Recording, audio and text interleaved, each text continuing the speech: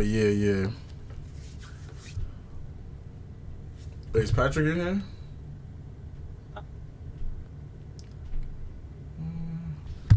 Fuck it. But Yisek, bro, if you hear hop in, I don't think Patrick's about to join.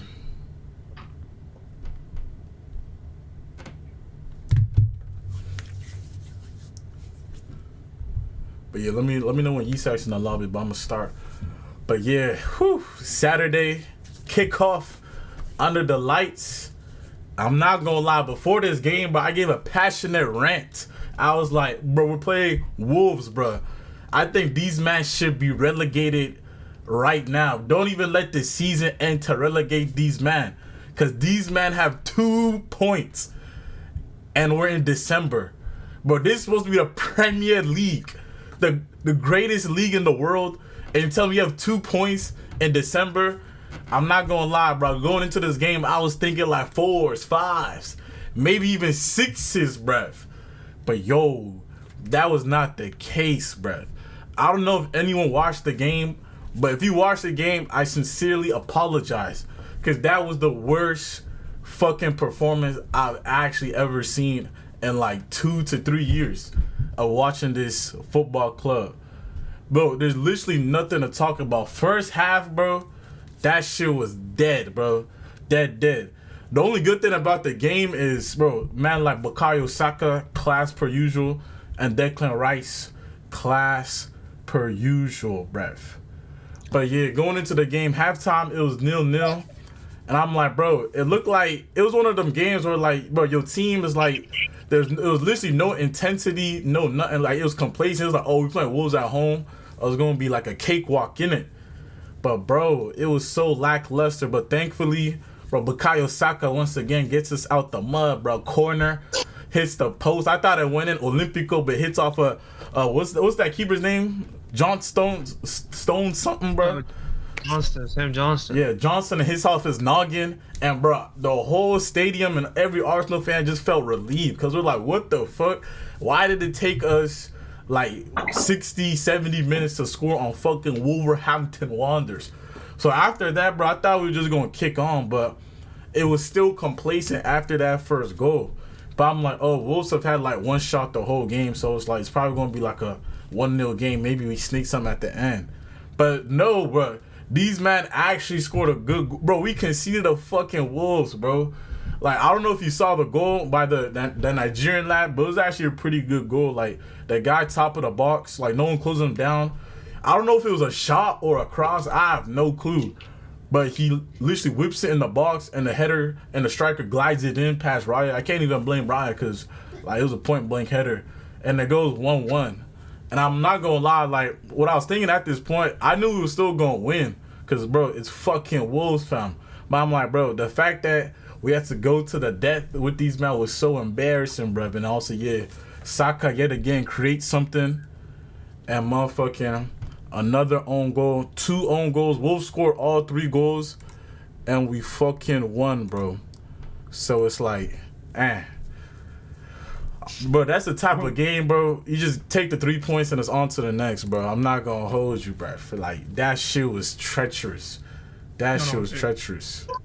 You said that to a Bournemouth, maybe a Sunderland, like, you just take the points. But these kind of games against Wolves, when you're just that much better than them, but you can't bring them down, even though there's an indication throughout the season that offensively you guys haven't been that good, but you've let it slide, right? You're winning games, right? It's let it slide that you just not been offensively not been that good. Because we played Wolves the game before. One of the worst bro. Oh yeah, I wanna talk about that, bro. But I don't know why Man U fans are saying, bro. Mark Goldbridge explained it perfectly, bro. I don't know if you saw what he said, but he was like, because obviously Man U fans bantering that game. But Mark Goldbridge said, bro, the way Wolves played against us and played against y'all was completely different, bro. It was completely different. Okay, can I reply to that? Hold on, let me finish. Bro, the way, bro, Wolves literally tried to play football against y'all. And you know what happened? But them boys got punished, bro. Them boys, y'all punished them boys because they was actually trying to play football. But if you watched our game, bro, like, I mean, it's basically like what we've been dealing with all season, just, two banks of four and shit. But that's why that's the difference between your game, and our game, bro. So if you try and clown that we struggle, bro, I don't think it really makes sense. Okay, but the way I look at the sport, right? I look at it as a reactionary thing. The reason that Wolves play the way against us is because we are so attacking. You're forced to play in transition with us, right? You send players forward, you attack us, blah blah. The way Arsenal play is defensively solid. That's why we're so defensively solid. But that leaves so much for attackers to do because there's not much support in attack compared to United, where you have Bruno, Casemiro, even though they're DMs, but so high up the pitch, which leaves us defensively weaker, but attackingly we're stronger. I think it's a tactics thing. Plus, your number 9, Victor, what's his name? Victor G. Let's go on Victor G, right? Man, I saw him standing there, man. In the words of Stephen A. Smith, I saw a belly on that guy. So I gotta say, man, when you're winning games, you let it go. You let it slide when you're winning games. But I'm sorry, man. It's time to talk about when Jesus came on. I watched that part. It's a different game. You look different. You look better, more fluid. When he was playing, nigga, but you know the reason though. So I don't know why we're speaking about this. It's either the system or he's just not good enough. You get like if you're saying Gyökeres is not good enough, I'm sorry, you got no ball knowledge, bro. Okay, I'm saying it has to be 2 reasons, right? Either Arteta can coach him or play with wrongly. It's none of that, bro. Both ways. You can't have both ways. It's none of that, bro. Bro, can I speak? Bro, it's pretty simple. Like, bro, we've been the last 3 years. We haven't been used to playing with like them standard old school number 9s. That's literally it. Like that's why Mourinho goes up there, he cooks. That's why Jesus for that little minute he cooks, because we're not used to playing them 9s. Because also when you have 9s like that, bro, you have to play them in behind. You have to give them service, bro. Okay. I look at like I don't know. Did you watch the Man City Palace game? Yeah, I watched that game, bro. If you saw how Palace dominated them, but you saw that cross from Mateus Nunes right on Haaland's head, bro. Okay. Haaland is not scoring goes like that. We don't have the service, bro. If Gyökeres gets chances like that and he misses it, I'll call him trash. But it's like he doesn't even get that. So it's like, how can I slate the guy? So it's not the manager's fault, right? For the way he's set up, right? It's not the player's fault. So it's Saka's fault. Then you just told me your winger can't create. So it's What? Bro, he just created the goals to win us the game. Okay, so what the fuck? Hey, this guy's I can't even say the R word, bro. I can't even say the R word. It's not got a really good performance. Yeah, like what, bro? This guy just trying to find a scapegoat. Bro, if it wasn't for Saka, we literally lose. We literally don't win that game, bro. That's not my point, though. You're telling me, right, that you guys know how to play with a number 9, right? When I'm your wingers, Saka deliver a cross to win the game, right?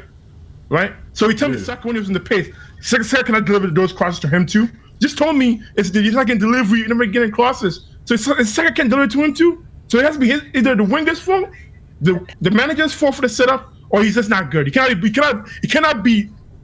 Well, why does that have to be the case? That's not the case. Arsenal hasn't played with an out-and-out number 9. Gabriel Jesus, he played number 9, but he's not your conventional number 9. He likes to come short. He has to get on the ball. We don't know how to play. We don't know how to play with the out-and-out number 9. That's why we've had like Marina. We had Jesus. Like we don't know how to play with an out-and-out number 9. That's literally okay.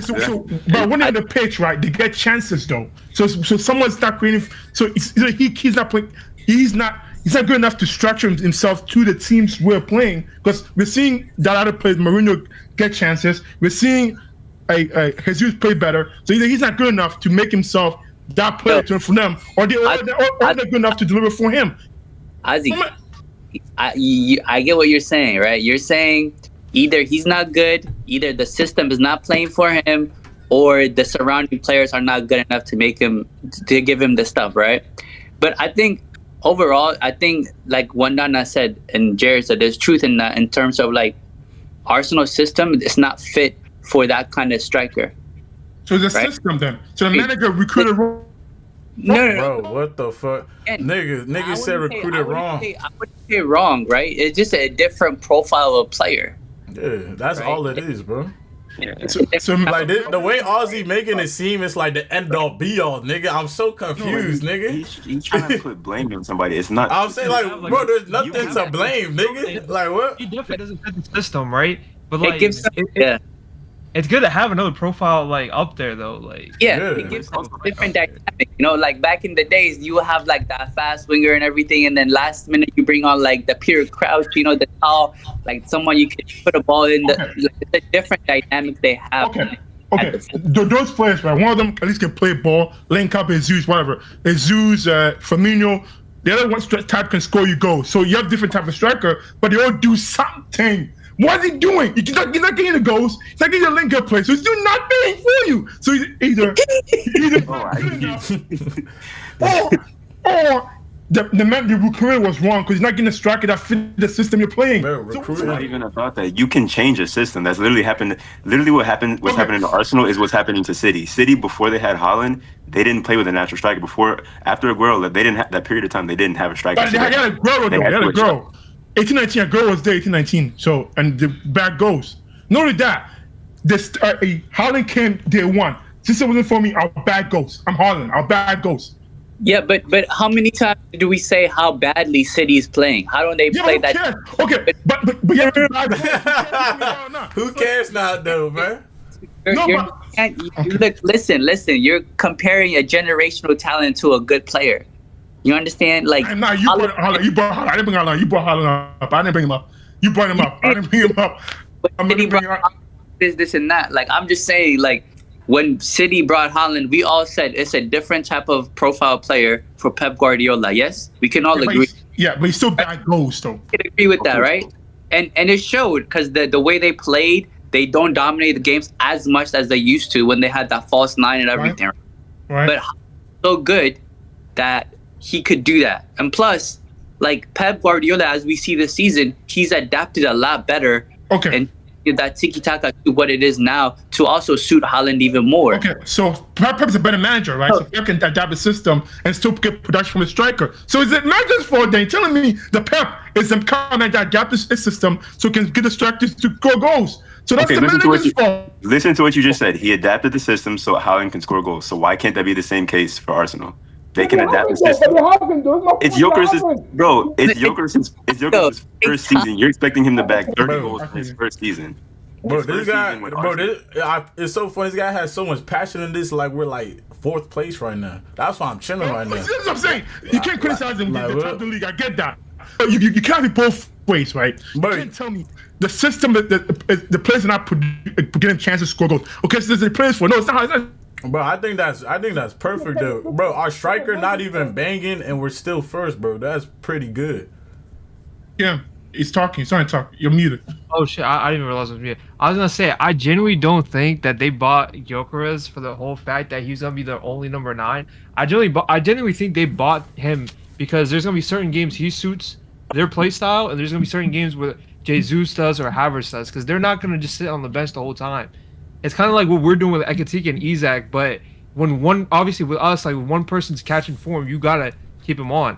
Like Ekitike. You all can see Isak's not performing, right? We all can see that Isak's not doing well. That's an Isak, right? Because he's that striker. But I can say it's on him that he's not doing well because you don't tell me it's the system fault, not his fault. But it's his first. Isak is not playing well. It is his first season. It is his first season in a team that did not have a striker. They have to adapt the system. It is his first season. I'm not gonna say he's playing well or bad. He's just in the middle, I guess. But like, bro, I don't think it's but Ozzy, bro, you're making no sense, dude. You're acting like Jokeris is like through on goal and he's just missing chances, bro. That's why I'm so confused. Okay. So this is a big problem, though. So I think if Havertz last season was getting chances, right? Like, you see this nigga just yapping. Even Isak fed up, bro. No. My point is, if certain guys, right, are able to get chances, right, then it's his ability to fit into the system, or his ability in general to create chances for himself. That's the problem then. Because if those guys, we've seen them get chances and they're not as good of a striker as he is, but they're getting chances, then it's either the coach is not changing the system rapidly enough for him, or he's just not good enough. It can't be both. You can't have it both ways. My point. If you think he's not good enough, I think I think No, you're I'm not pretty. saying that. I I'm not think saying you're that. pretty I'm saying you stupid, cannot be both ways. bro. You cannot be both ways. So that's what I'm saying. He's like, I'm not saying he's not good enough. That's not what I'm saying. I'm saying it has to be either the system is not helping him Bro, out. it's not even like a system lie. thing, He's bro. trying to say that it has to be blame on someone. I'm Like, not gonna lie. why does there gotta be blame? Yeah, I'm saying, bro. But all I'm gonna say, the last time I'm gonna say is like, bro, if you watch how we play, like, bro, we clearly don't play him. Like, bro, he will make runs, and Mandem will just how we build up in our possession. Just So it's the players' fault. It's the players' fault then. Why are you trying to put blame on somebody? But I'm confused. Why does there have to be a blame, though, bro? I'm just saying that how it is, nigga. This isn't a case of whose fault is it. It's a case of, like I said, it's like City. Yeah, we're just saying what's happening. Like, bro, Jokers can make it run, but instead of playing him through, we'll just probably play it sideways just to keep possession. That's just all there is, bro. I'm pretty positive next season he's gonna bag goals because by that time Arsenal's gonna figure out a way to. But what's your thoughts about the game, though? That's like, let's talk about the game. Not I gonna lie. watched highlights or like some stuff on Twitter, but like I heard it was a pretty dead game, and obviously they scored 2 own goals, and then the header, they also scored. But yeah, I was praying they beat y'all somehow, but They should have, man. They should have. Unlucky on goals, man. Unfortunately, unlucky is. Also, the attack is not moving me, man. The attack is just not moving. This is my entire point. The attack is just not moving me. If I watch him, like this guy's, like, the defense is all time generational. And I feel like that's where the attack starts suffering. They're so defense heavy, right? If that makes sense. But also the attackers, individual attackers, except a few of them, are not producing well. And I can't blame the manager because that's awful to do. But I can't blame the players. So who am I supposed to blame? Because someone has to blame for the lack of attacking being good. I've never heard him say anything positive this entire time. with always in the back row, bro. I just said that they have a generational defense. They have the generational defense, but okay. Right. But I can't criticize also. They're top of the league, man. I can't criticize. You're right. But I feel like I'm justified what I said. I know I really feel like I am. But it's okay. The only criticize I'll have is just like, well, one, I didn't really watch the game, honestly. I mean, Hey, I'm a do in the chat that Ozzy taking up all the airtime. Nah, for real. What was y'all saying about this game real quick? It was genuinely one of those games where, like, I didn't really think much of it because, like you said, Wolves has 2 points. I thought it was going to be easy to get the office. But then I looked at the highlights a little bit. Bro, 2-1, and it was 2 own goals. In my head, what I'm thinking is, it's kind of 2 sides of it. You guys shouldn't be, I'm not saying worried. You guys should feel like a lot of pressure right now. But at the same time, you got the job done, so you should be a little bit more, you should be comfortable and thankful that you at least got the points.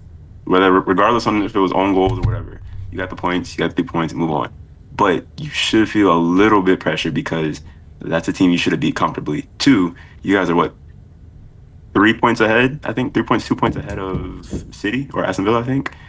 And to have that type of performance, that's kind of iffy. You need a statement performance where you can show, okay, yeah, we're getting close on points with them, but let's not get it twisted. We have control of the league.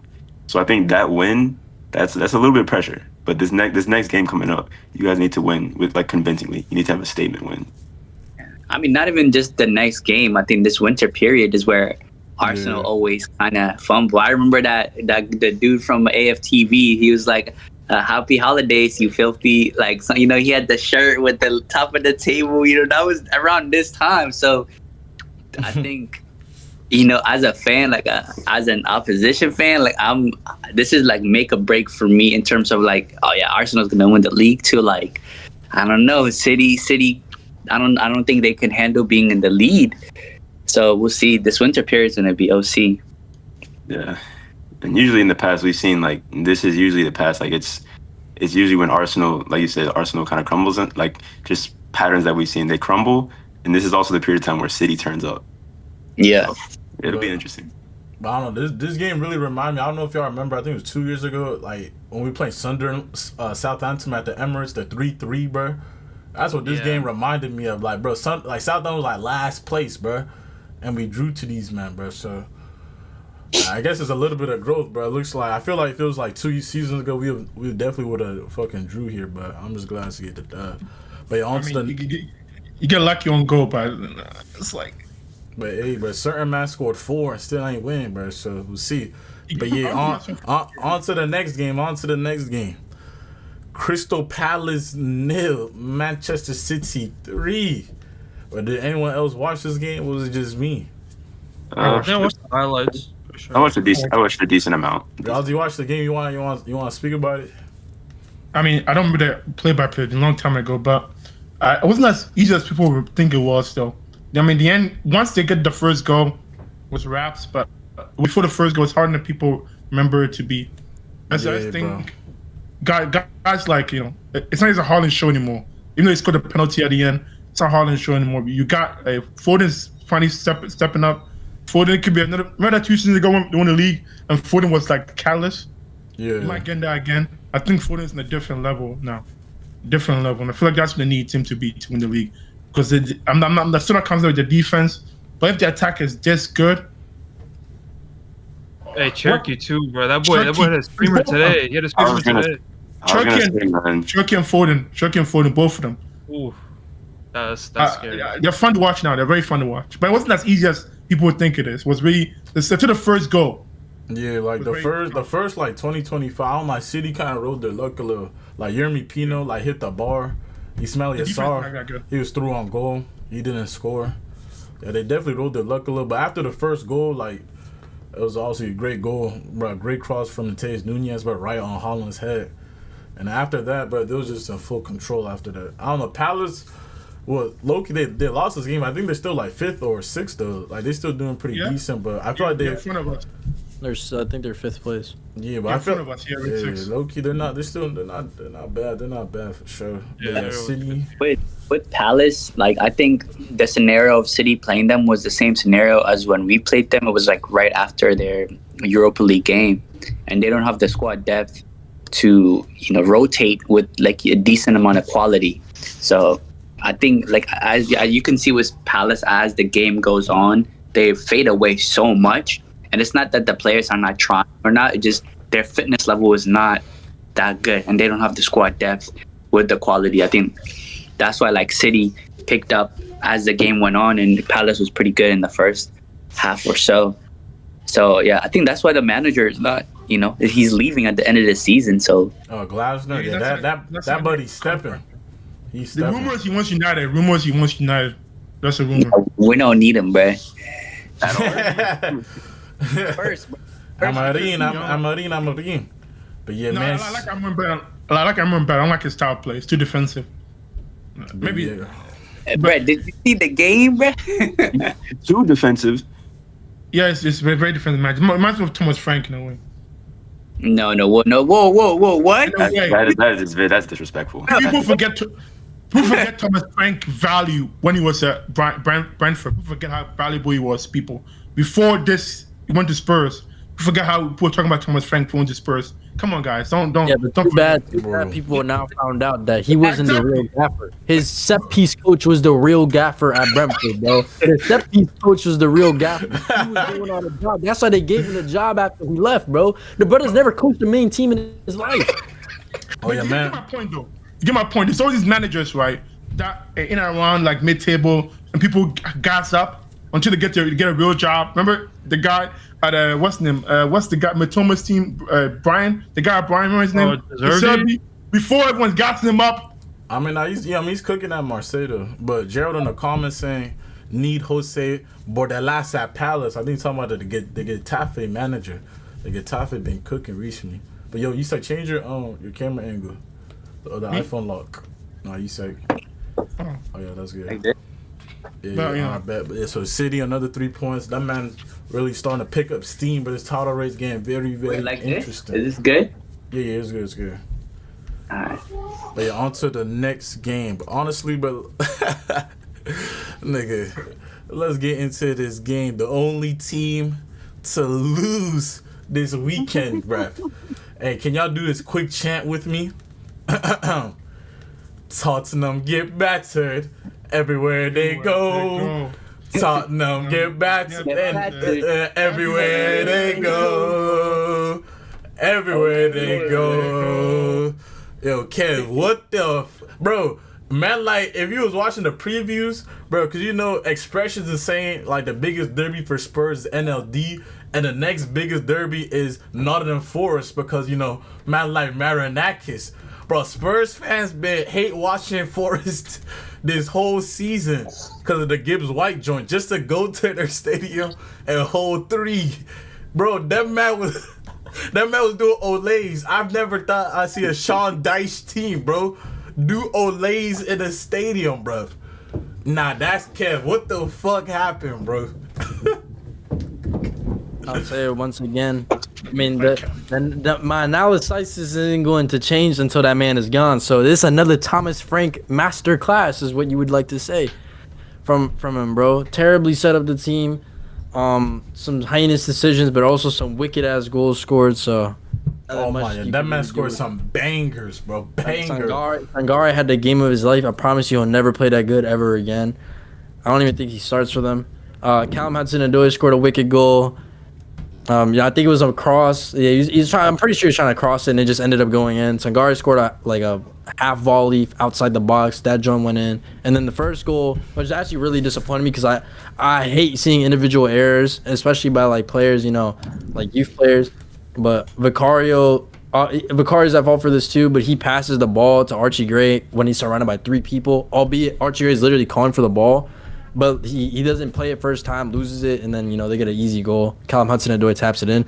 But overall, this game, like, I can't really describe to you how much hate I have for this manager with the way he sets up his team, because it's just terrible. It's just terrible. Like, once again, I've watched the game and I don't know what the goal is when we go on attack. Like, I don't know what we're trying to look for, what the end goal is to finish off attacks. Because normally, like, I know with Ange, at least, like, you get everybody up the pitch, you give it to one of the wingers, driven cross across the box, you score, right? That's how Brennan Johnson got so many goals. You watch that, right? But when I watch this Thomas Frank team, I don't know what the fuck we're doing. I don't know where we're going to get our goals from. I don't know who's going to make some dumbass mistake during the game. And then, like, bro, this guy continues to start Bentancur every single week when he's Bentancur. Okay. Yeah, bro. The time was funny. It's so like, I hate watching my team play right now. It's like terrible. But I guess I still have to watch him. You know, at the end of the day, I still gotta back the gaffer. But realistically, for me, he's out for me. He's been out since the Fulham loss. You know, you lose a game against a team that's like bottom of the table. In 10 minutes, that's unacceptable. Now you're losing to another team, 16th, albeit Sean Dyche has come in and done better, but bro, it's been terrible. Yeah, that's it. That's all I got. I mean, you're right though, because we united, right? Even though it's so defensively bad, but at least I can know that we get goals. We talking about Spurs, man. We talking about Spurs. I don't care about that. I'm getting to the point. My point is, with Spurs, they're not even though the man just put defensively solid manager, right? They're not defensively solid. Why they can't attack well? So you're not getting any one good thing from Spurs, right? That makes sense, right? So you're not getting the defensive solidness that you expect from a Thomas Frank team. You're just not getting a great attacking game. So you're just getting nothing from them. So you're basically a useless team at this point. And I feel like what Kev is saying. That's what Kev is saying with Ange. That's not a United thing. That's what I'm getting. What Kev is saying. So yeah. That's my point. I mean, to be honest, too, their attackers are mid, bro. Let's be honest. Like Odebear is you know, he's there. Richarlison, we know what he offers. Brennan Johnson, again, like he's up and down. Like their attackers aren't anything special, bro. Yeah, but they also have Isaac and they have the what's the name? What's the guy they just signed? I'm blanking right now. Kudus. Mohammed couldn't. And the other guy, what's the guy? Simon says. Simons. Yeah, both of them. That's not like the highest of elite, but it's still good enough talent to get you much better attacking output than they're giving you right now. Nah, Simmons been a flop. So you see how you can call him a flop, but with Victor, you're making excuses for him. So I gotta say, man. No. I can't. No. I disagree that he's been a flop. It's like, bro, that's just a complete Thomas Frank issue. It's not even on the player. Like Simmons is just being out like completely wrong profiled in this team, and Thomas Frank is gonna die for his sins for what he's doing with Simmons, bro. It's nasty. Thank you, Kev, for blaming someone You got to blame it on it's Thomas Frank, bro. Thomas Frank is to blame for all of this, bro. Maybe flop is Other the right than, word. other than the individual errors people make in the game, everything else Thomas Frank is responsible for. That I you do can't agree. you can't set up a team like that. It's ridiculous. I agree. You gotta be one thing. You gotta be defensively solid. You gotta be great attacking team. You can't have this what you're having where it's just they're good at nothing. It's good at nothing. I agree. I mean, at the start we were defensively solid, but now all of a sudden we've turned to shit. We've turned to shit defensively. We're shit attacking. We're literally shit at everything. We're literally dog shit. And so I don't like I said, I'll say it again. This is my last piece. Until he's gone, we're cooked. We're fucking cooked until I he's just gone. looked up the some of the stat that came up that you have less points now than you did last season. Yes, we have less points now than what we did last season with Ange. And we finished 17th last season. I told you, right? Like I told you that if you finish the season, right, as bad as they last season, you get relegated, right? Because last season, right, you got lucky that the bottom three were trash. This season, I know, but no. But I've been saying this for multiple times. Like, bro, the reason we did so bad in the league, Van der Ben actually just did an interview. He literally said that Ange refused to play them in the league because he was literally just saving him for Europa League. That's why we finished so low. Because Ange knew the bottom three were so ass that it didn't matter. It didn't matter about the league games. Like, there's no reason to play them. And bro, Ange had more points. Ange had more points with the shittier team at this point last season. He was playing Archie Gray and Dragusin at Manchester City away, I think, or some shit, bro. It was crazy. And wait, bro, how many points are you from the bottom? How many points are you from the bottom three? How many? I don't know. We're from the bottom. We're still. I mean, they're still in the table. But you say you were trying to say something about Spurs? I'm just saying, if there been seasons like last season, but ever seen last season, they could get relegated, but. Relegated is crazy. You won't get relegated. Well, you said we're trying to say something? They're not getting relegated. The 5 Frank, what happened? The 5 Frank. What happened? I mean, Kev, like what? Ryan Mason. Ryan Mason's at West Brom. Dang, goddamn it. I think like you expecting too much, bro. Like, No. Yeah. Look, just let me finish. Let me land, bro. Yo, that's a crazy take, bro. Mandem is bleeding. He tell you expecting too much, bro. Bro, I understand, bro. Like, cause my whole perspective is I think Spurs as like where United is too, right? It's just that we have a manager that's at least 1 year in the job. You know what I'm saying? And like looking at last season, Spurs and United were both terrible, right? And in the league, you can say, yeah, he was saving for the Europa League, this, and that. So are we. And Spurs was a lot worse than us. I disagree. No, you can look, I'm disagree. You can disagree and everything. Like I'm just saying my perspective, right? And this season, I even said it with United, right? I'm not expecting us to get top 4 or anything. I just want to see progress and get some type of Europa football, right? So to you, right? What are you expecting? What am I expecting? Not to play. Look, I'm not mad. Look, I'm mad that we're playing really dog shit. Like there's no clear vision of this of like how we play. I'm not saying go get top 4 or go win the league. That's not what I'm saying. But bro, we're sitting 11th place. In the past 2 months, we have not been convincing in a single game. Even the Brentford game we won, we weren't convincing. The only game that has been convincing is when we played Copenhagen and they had a keeper on drugs. That's it. That's the only game we look convincing. Other than that, like, bro, you have to start blaming the manager. Like, that's like, bro. Yeah, but like the manager was never known for the most attacking football or the most style, right? The point not being defensively solid. The point not being defensively solid anymore. That's the point. So if we're just shit at everything. If you're not gonna attack, at least be defensively solid. That's what Amman, right, was always gonna be. We always get the most goals in the beginning of the season. Right, came here and said we're gonna get them. I'm gonna get lots. He's not on the Man U right now, bro. Can you just wait a little bit? Yeah, like bro, wait till you get to the Man U segment, bro. He brought up Emran, right? He put him up. No, I'm not talking about him. Though. I'm just saying, he's talking about Spurs, bro. I'm just saying, Thomas Frank was never known as the most like attacking fluid type of player. He was never known as the best like defensively set team. He was known as someone that built a football club that's a manager and that's a good all around, right? He's never like this. And I also, No.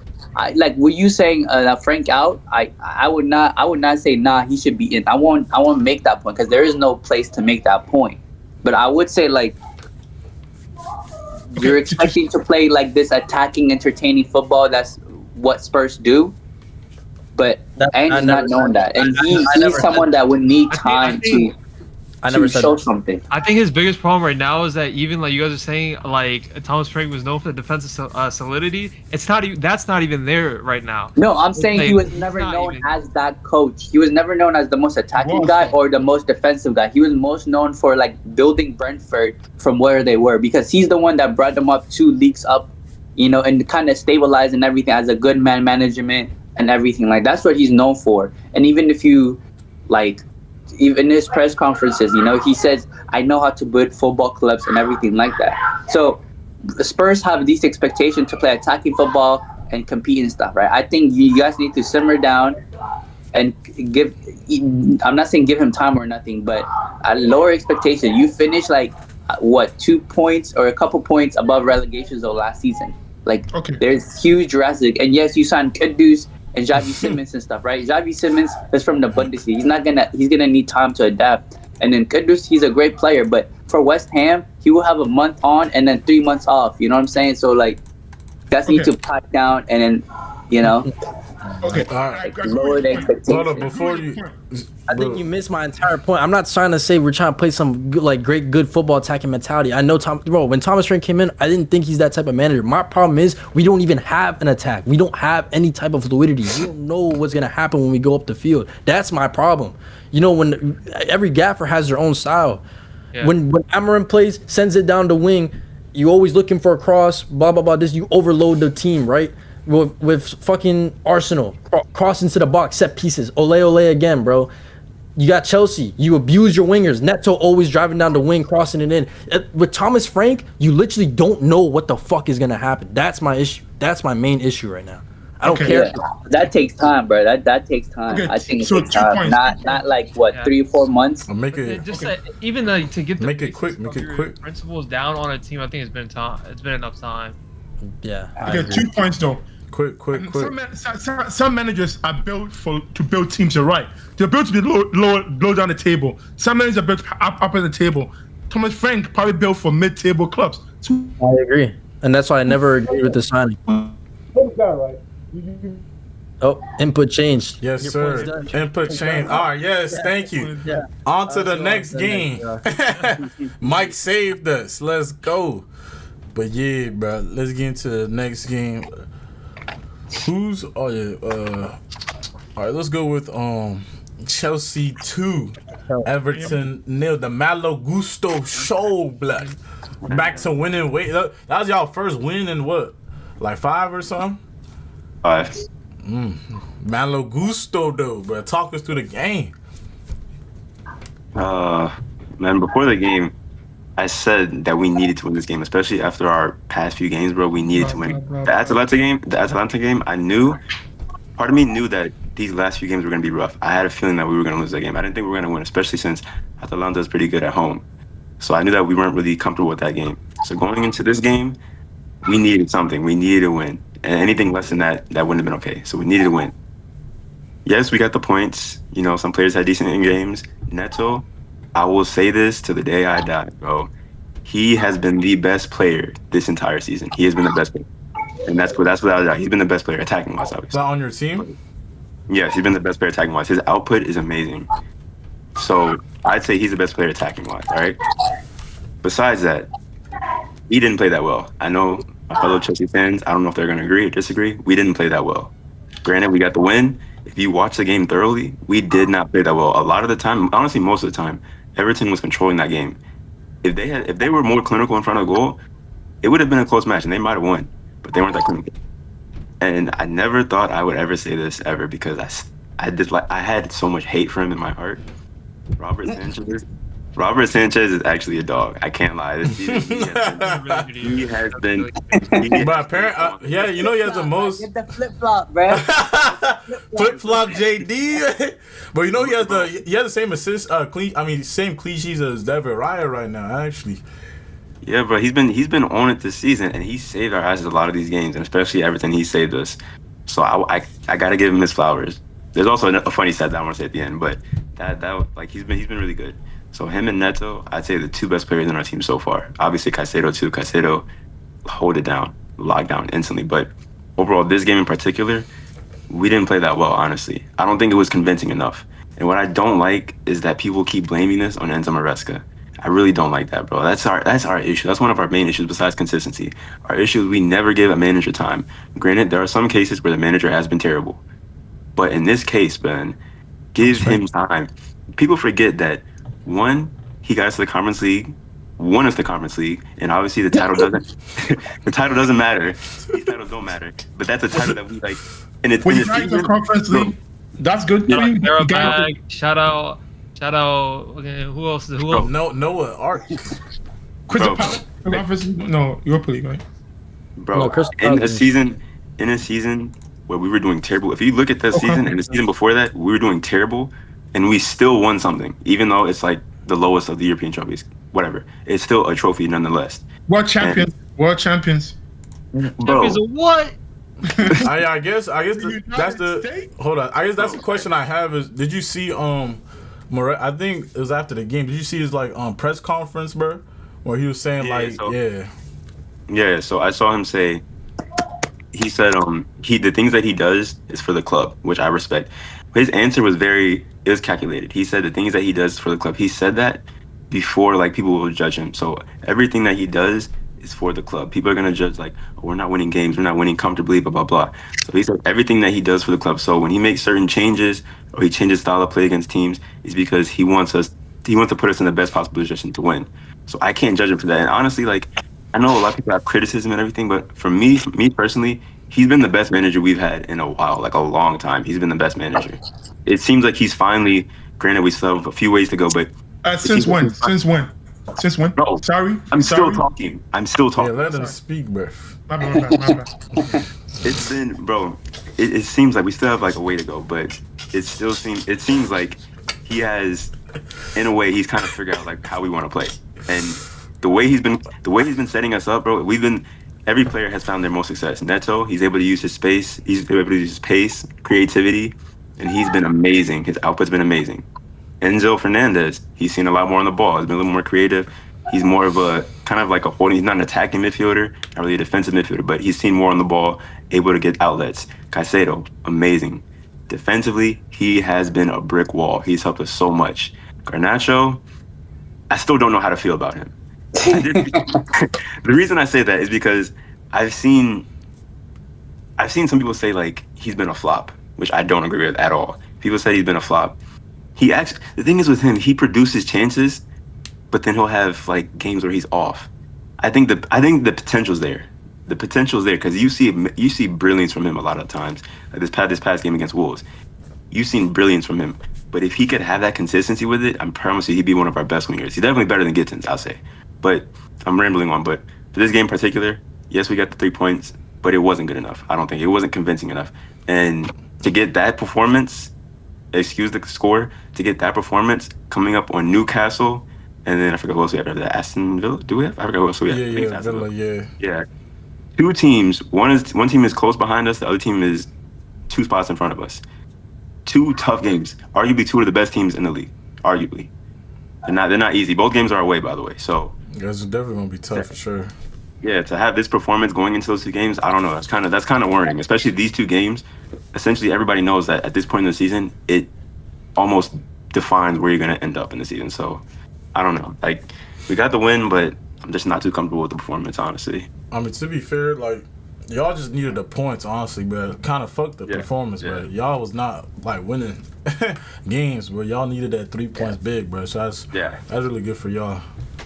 But you know what I would say, Jared? Like, you're right, the performance wasn't good, but I still like watching Chelsea play. Like, your manager, I like his style of play. Like, he has like a hybrid of what Pep used to do with the inverted wingers. It's just they'll go like deep in the box. You know, Pep's usually just stay in the top of the box, like playing crosses and everything, but his players will go deep in. And I think Gittins, the way that he got that assist was like he was playing as almost like a cam. you know. And then the other one, obviously, he drove in the box, and then you even see it with the other one with the long hair. I'm drawing blank, but like he be in the box there for the crosses and stuff. So like the way y'all play, I really like it. And the thing that you said about Garnacho though is that I think he needs to be coached. He's very talented. He just needs to be coached. And I think usually he will get the ball in the wings and he will drive inside, right? But then it would just be too crowded, in my opinion, when I see him play, because you know the fullbacks are sometimes in there and everything like that. It would just be too crowded, and sometimes he's a selfish type of player where he's thinking of me. So I feel like if Maresca coaches him to be like for the team and assist and cross the ball and everything, like Pedro Neto seems like so like giving for the team compared to the other people. I think you guys will improve a lot. And you guys have been having like players come in and come out. Your defense has not been steady for like a stretch of games, you know, like the way Arsenal has been, or Man United, or Man City. So I think y'all like good. It's just that y'all need consistency in the team selection and the coaching. I believe in the coach, to be honest. All I ask is since when does Sari is the best manager since Sari? So that's what I asked. I wonder if like you said he's the best manager for a long time. Is this the best manager since Sari? You think? I think since Tuchel. honestly, since Tuchel, bro. Lampard was Tuchel. All right, I forgot. since Tuchel, yeah. Sari was Lampard was bad. I'm a big fan of Sari, but I guess so. That's what I asked. I was just wondering what you meant. Best manager since when? That's what. The only reason I say that is because it seems like we finally, and like I don't want to speak on this too much, but it's the only reason I say that is because it seems like we have a direction of our identity. It seems like we have a direction which we need so long. But I just feel like because Arsenal is doing so well, people have expectations of managers coming in and doing what Arsenal is doing. So you guys doing better than you were doing last season. That's the progress. You see progress in your team. It's not perfect, but people have this expectation of their team because of Arsenal.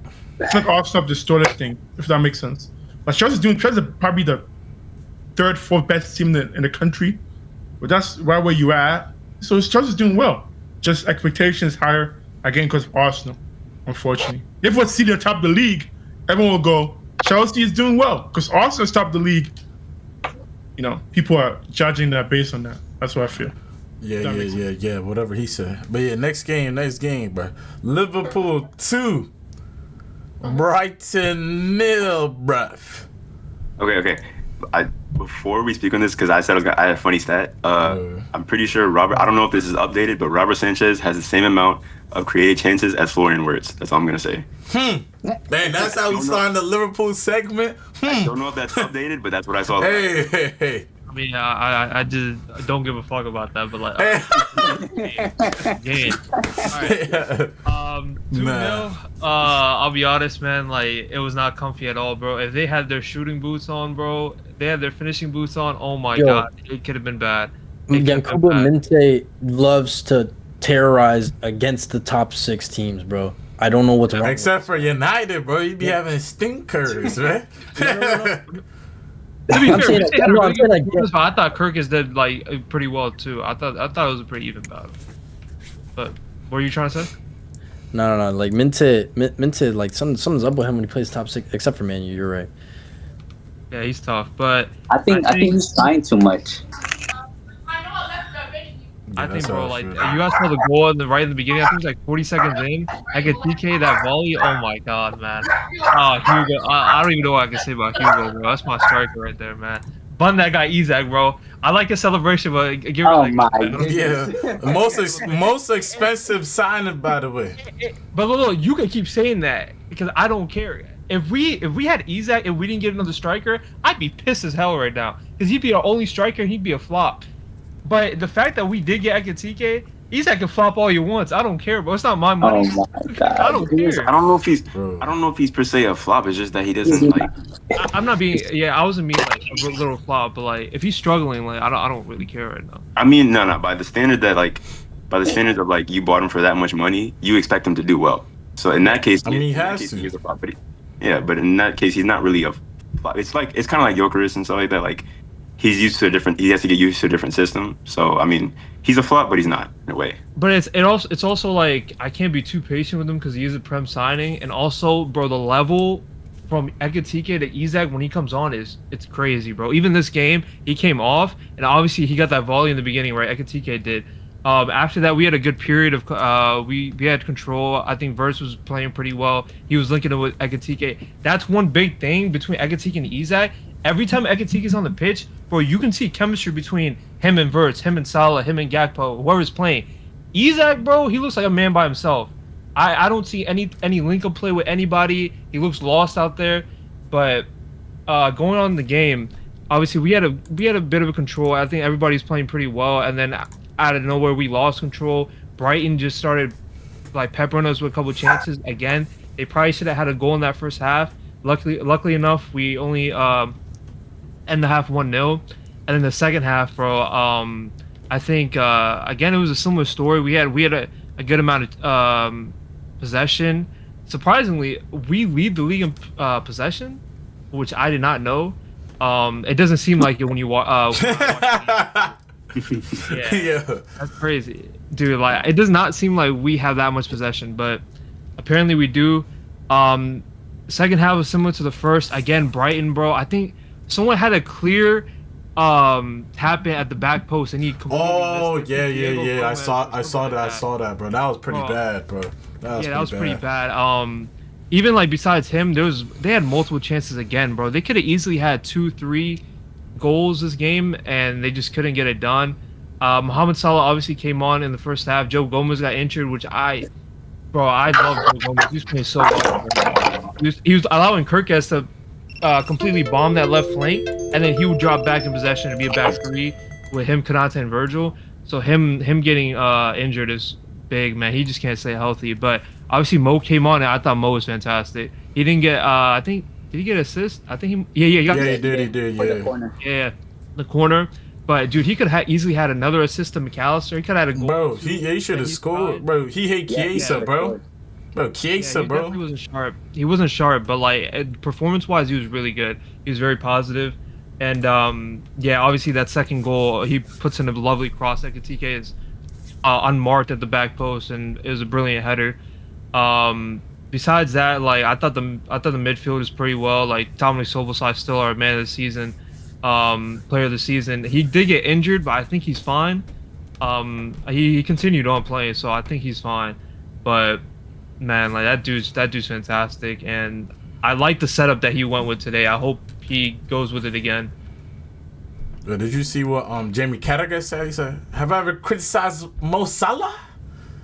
Bro, so, yeah, I like as a pundit, I mess with Jamie Carragher heavy. Like I think he's a really good pundit, but like when he starts talking about the club and stuff, I just think he gets like, I don't know. I don't like his comments. Like he's talking about has he ever criticized Mo Salah? I think everyone knows like he has.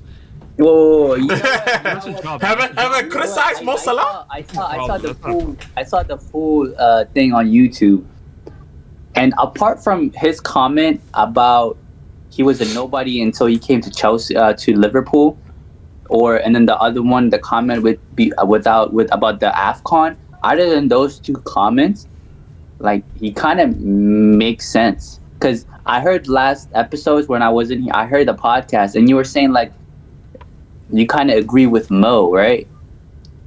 50-50, because I said I do agree with Carragher said. You know how he said he should have came out in public and said all that, like the timing as well. I completely agree with that. I think the timing and him coming out was absolutely insane. I think there can be two rights. I think they're both right. But I'm not mad at Mo for expressing how he feels. If that's how he feels, he's allowed to say it. If he wants to say it publicly, that's up to him. I like player power, so like if you want to say it, I mean personally, I'll give you that. Like I never heard of that before. Right? I don't think he said anything too crazy. Yeah. I mean, look, I'm not trying to like argue about it, but the reason that I agree with Carragher is because I thought Mo was like 1,000% in the wrong, so that's why I kind of agree with him. But I never heard nobody say I agree with player power. Hey, but one thing we can all agree though, like the Liverpool Football Club, like I think they handled this like pretty perfectly, bro. The way things panned out, bro. Yeah. Yeah, Slot ended up talking to Salah before, like the morning of the match, or maybe the day before, and yeah, they got on good terms. Yeah, I'm like- assuming, and Because also, yeah, Salah didn't play, so, as Slot's team's playing, and then also Salah comes in, gets an assist, goes to AFCON happy. These men win, they happy. So, yeah, Liverpool, I think they handled it well, bro. They handled it well, but... I feel like Salah was 100% wrong, though. Because it was only 3 matches he missed.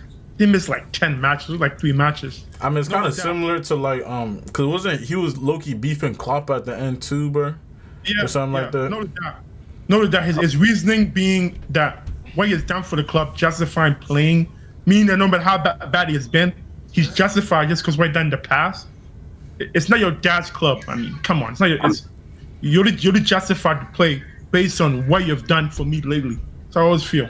You're not justified with the rest of what you've done in the past. I think me personally, I think he was asking for grace. Like, I think he knew he was playing bad, but I thought he wanted to keep playing just so he can get out of that slump. No, but that's the only way. In my opinion, that's the only way. You're not gonna get better if you're on the bench. Same with I said about Verts. Like, everyone's like bench Verts. I was like, bro, he's not gonna get better if he's just sitting on the bench. You gotta let him play through the bad slump. But that's true. That's what he was trying to go for. But that's true. But that's the manager's job. That's the manager's paid to do, determine who plays for him, who doesn't. The idea that he threw under the bus because he didn't play 3 games. If you look back at the 3 games, it makes sense why he didn't play. You didn't play the first game, right? You won that game, right? Right? So the manager kept the same team for the second game. He came on the halftime for the second game, right? And then the next game, you're winning, so he didn't come on. That's what a bad game should have maybe came on. It's only one game I think you should have came on for. That I'm agreeing. It's only one game you should have came on for. So to basically get angry about 3 games is just doing too much. And with Jimmy, I don't want to stay on this for too long because it was like I got you. I just want to say it probably also was that the fact that he kept playing Isak and he was playing terrible. He kept playing Gakpo even though he was getting the GA, but his performances were not that good. He was very frustrating. And like Verts, again, I thought he was improving, but he hasn't been the best this season. So he was the one who was dropped. So he probably felt that. That's probably how he felt. But Isak was it's gone, so I'm not even. You don't have to address the game. I just feel like with Jamie Carragher's tone was the problem. His message was not a problem. The tone of it and the word choice he used was the problem. But his exact there were subtle jabs. Like he didn't have to say like he was a flop at Chelsea. AFCON coming from him is crazy because he said AFCON's not even a major tournament. We fed him. He said people say. He didn't say he's saying. He said people say that he's a flop. He didn't say himself. With the exception of that, I won't say his comments are wrong. And also in the I'm not going to talk too much on it, but with the exception of the AFCON thing, I will say Jamie Carragher wasn't wrong. For Mo, I don't completely say he's 100% wrong. He has every right to feel that way. He's been Liverpool's best player before him. Liverpool wasn't winning anything, so he's been their best player. He has a right. If he hasn't played for 3 games, your best player by far. If he's not playing 3 games, that's an issue. Even if he's playing bad, like if Palmer's playing bad for us 3 games, he's still going to start regardless. He's our best player. He's still going to start. So you can't be mad at him for expressing his anger. Now, the way he went about it, that's where the problem is. You don't go out, especially in the position that your team was in, you don't go out in public and say that.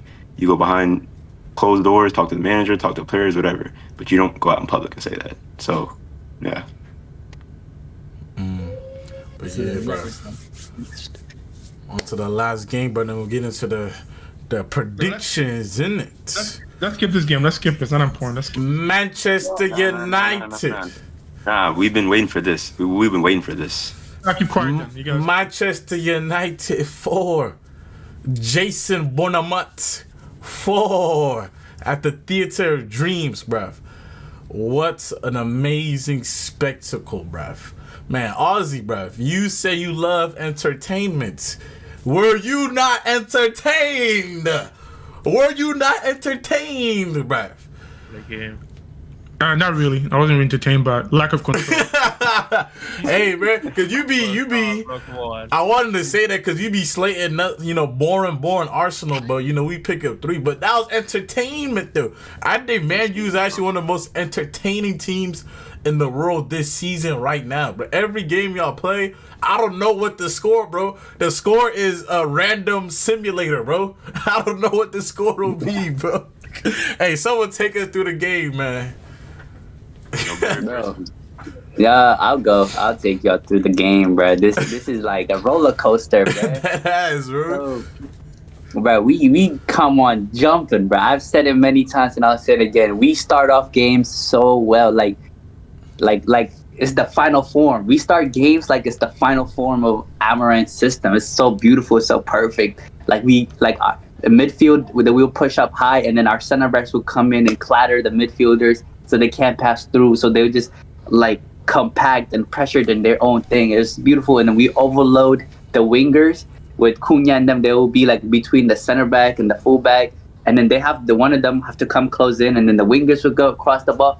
Beautiful.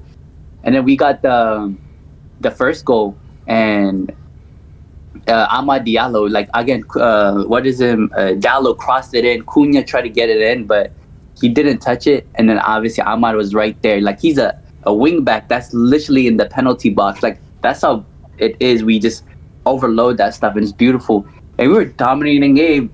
And then this is where our fault is in terms of like one composure, and then also still lack of understanding of the system, because we win the ball back and Mason Mount plays it like just back to Luke Shaw, and Luke Shaw, all he had to do was clear it or just pass it lob it to Dallo or something, but he didn't. He took a touch, which was a terrible touch, and then they just did a one-through ball to Semenyo, and Semenyo with his speed, he went in.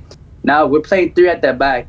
Like Luke Shaw is out the picture, Semenyo is here, right? You would expect the center back to come cover, but no, he didn't. And our 2 CDMs, like Casemiro or Bruno, were already high up, so they were already behind the ball.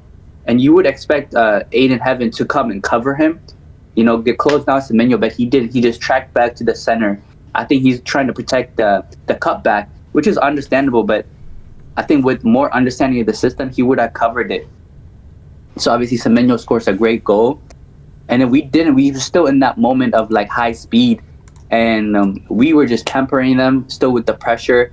Casemiro, he gets a header. It should have been a penalty and stuff, but it went to a corner, and then from the corner again, set piece. Casamigos. I think you're tied with us, bro. Banned for hey, Ozzy, you hear that, bro? You hear that, bro? This guy was slating nuts. There used to be a stat, right? This was back with Ollie days, right? There was a stat.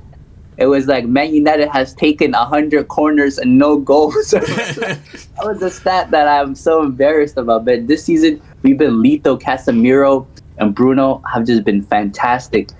And then, you know how like sometimes after halftime you come back, like the stream is like, you have to refresh the stream, right? I say fantastic going forward though, not going back though. But Casemiro and Bruno.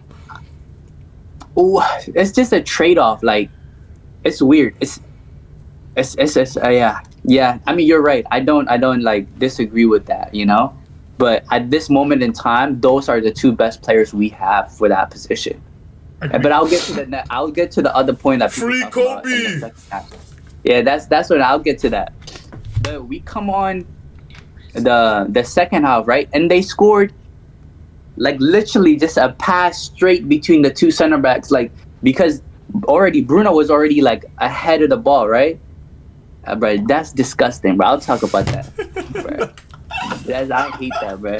But yeah, just between Aiden Heaven and Lenny Euro, they just play it through, and Aiden Heaven was like not in front of the player, he was behind, so and he didn't make the tackle properly.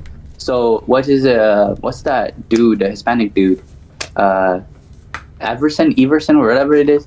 Yeah, he scored just a great goal, and then so it was back to 2-2, and then obviously they had a great free kick.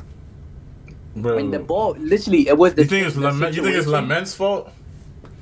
No. I mean, no, it's just a free kick. Like I don't really like. You can say it wasn't. Like I don't really care about those kind of stuff. It's not like a mistake where he like dropped the ball in front of them or something. No. Okay, not to interrupt you, right? If the wall is covering the right side, the goalkeeper, your job is the left side. It's his fault. I'm sorry. Yeah, you could say that, but like I don't care that much. It's like I don't care that much. in terms of like the type of goal he considered. If it was like he like parried the ball back into the player and they score a tap, and then I would complain like he should have held it better, handled it. Sure, I think he's a kid. Like he'll get better and better. Like I don't put pressure on that. It's But- also easier said than done. Because, like, Yeah. That's true. But as certain Cameroonian, I've gotten you scared of keepers. I understand. Certain Cameroonian has gotten you scared. Then the way they got that free kick, I don't care about the free kick, but the way they got that free kick was literally, if you put pictures side by side, it was the same way they played a through ball between Euro and Aiden Heaven, and this time though Casemiro was still tracking back, and he committed a foul. He had to commit the foul, or they would have scored the same exact goal. So he did that, and obviously they scored the free kick. So they were 3-2 up, and the whole time I'm thinking, our record from winning at home is about to be over. Like, but the way we kept playing, in terms of going forward, I was like, no way, we're not gonna lose. I knew we were gonna win. I knew we were gonna, like, without a shadow of my mind. Like, I knew we were gonna win, and it just made it more comfortable. And then Casemiro got a yellow card, and then now he had to bring on Kobe Mainoo this early in the game, and he never does that. And then we saw what Kobe could do for us, and it was beautiful. Like, we had a lot more possession than before, and we could play more passes, shorter or longer, but with more accuracy and with more like precision, and that's how we got it. And the second goal, the third, that was a corner, not corner, free kick. a free kick, yeah. Oh yeah, the Bruno. It was a little bit of lucky. It wasn't really quite a handball. It was like right here. I would date that, but they should have gotten a red card, and we should have gotten a penalty too. So I take it. And Bruno, bro, like, this guy is a man that's playing out of position and still the best player, the best midfielder in the league. He's so amazing. Respect him in the world. Respect him, bro. In the world. Right, relax. I mean, like, I'm not gonna. That's not my point. That's not my point. I just say, like, he's been fantastic for us, and he stepped up and he put that top bins, like, where the keeper is. You know how you say, like, if the wall is on this side, the keeper should be on that side, right? Well, this time the keeper was on the right side and we still scored. So, like, it's not really the keeper, it's just the player was smarter and better technique, and they scored. It is what it is. So we scored that, and then I just knew we were gonna get another one. And then again with that side, we overloaded them. We played through balls, and then Desesco tried to play to Ahmad because he was just free on the ball. Bro, that defender, bro. The defender kind of fumbled the ball. And I was like, oh my God. Bro, the defender really controlled it on a plate for brother, bro. That shit was crazy. Like, either he makes a touch on it or Ahmad scores, right? So he made the touch, and luckily Cunha was there to score that. It was great. And then literally again, the same thing happened. Like, I swear, if y'all go watch the game, it's actually embarrassing. Junior Krupi. They just have a straight run to, because the ball was out in the left hand side, right? So, Bruno was already there. Kobe Mainoo has flowed to this side, and then they played one ball to this side, and they just had a straight run to our center backs, and it was just like that. And then Ahmad was still chasing back because he was already up, and he made a tackle, but the tackle still got a slight deflection, and it went through the striker they just subbed in, and the same ball was between Aiden Heaven and Lenny Euro, and then obviously they scored. And then this is where I give credit. The game was still entertaining, but they had the more clearer chances, I guess, after that with the two saves. Oh, for sure. Oh man, especially the header that was just like point blank, like that was quick feet, like David De Gea-esque. So I was really proud. And so that's just the rundown of the game. Kobe, I guess I would say, like, with Kobe, I think he showed why, like, we need him in the team. But at the same time, like, Casemiro was still fantastic. So it's like, if I was managing the team and I was playing like a FIFA game, right? If Football Manager, if I was managing both players were playing the same, me personally, I would start Casemiro, because this is his last season, and he's at his best right now. So I would play him. And Kobe's still going to be there for the future. Like Casemiro's at his peak. Yeah, and but it has to be in spite of Casemiro. Mount can go out of the team for Manu. Manu's best call is on the ball. Doesn't have the legs to do Casemiro's role. So you just play Manu up the field. I don't like Mount is not that good. I'm not saying nothing about Mason Mount, man. Like that's not. That's not what I'm saying. I like Mount, but Manu's a better player for me. I like Mount. Bro, but I don't see. Those are two different positions. The point is not Mason and Manu. They don't even play the same position. That's not the comparison. The only position that Manu could play is Casemiro's role, and Casemiro has been fantastic. So you can't just drop him after the goals he's scoring, the defensive work he's doing. You can't replace him. But obviously, Casemiro's out for a game with suspension, so he could play. And then I would say, like, this game, my perspective, I really loved it. It showed a lot of what Amron's system could be at its best, but it also showed the progress we need to make in terms of the defense. I think we need Lisandro Martinez to start playing. You know, Luke Shaw, he's been fantastic for me in the way I expect from him. I think he's been really good. So it's kind of hard for him to drop him, but we need Lisandro Martinez to be back. We need the Lit to be back because we need someone that is like, can organize the defense a lot better and understands the system a lot better. Aiden Heaven, in my opinion, has been playing fantastic, but he's only 19 years old, so there is like lack of concentration and understanding of the system. So we need the Lit back, and we also need someone that will play when Euro is not having the best game. That's really key because Euro is going to be hot and cold. He could have a great game or has the game that he has. Even though he didn't make a lot of mistakes, he's just not. I feel like we need more from him, but he's young, so I don't expect. Euro's one that's not good enough. But we can't just say he's not good enough, right? He's right he's now. Right now, he's yeah. He's not good enough. Yeah, he needs yeah. time. And then we just need a little bit more, but I believe in this. Like, and I'm proud. I'm happy with where we are in the league. How you happy? I'm happy where we are in the league. I'm happy with the way that we're progressing. It's still frustrating. Don't get me wrong. Like, we could have won, against Everton, West Ham. I get what everybody's saying. I don't disagree with them. But for me, from where we're at last season to where we're at now, like, I see progress, and I'm happy with it. I'm happy with the managers, and the players are playing for the manager, and it's happy to see Mason Mount, Cunha, like Dallo, even though he's not the greatest, he's been playing good. Amad Diallo has been amazing. Like, our goalkeeper is decent for the future. Like, the Lid, exciting. Martinez back. Bruno, amazing, entertaining to watch. Like, I'm happy. Like, but yo, Ozzy, hold on, Ozzy. In the words of my great friend Yisek, bro, lower your expectations, bro. That's what he's trying to say. Okay, can I comment on this, right? You broke down the game really well, right? When you broke in the game, you listed situations, right, that are repeatable things, right? All the goals are repeatable mistakes. I don't think it's a personal issue, right? I don't think you change center backs to fix the issue. I think it's a tactic issue. It's a manager issue. And the biggest issue, Mourinho always says something I'll never forget. He says, either you're playing a high line or a mid line, whatever. You have to be compact, right? If the midfield, if Bruno, you basically play a 3-4-3, right?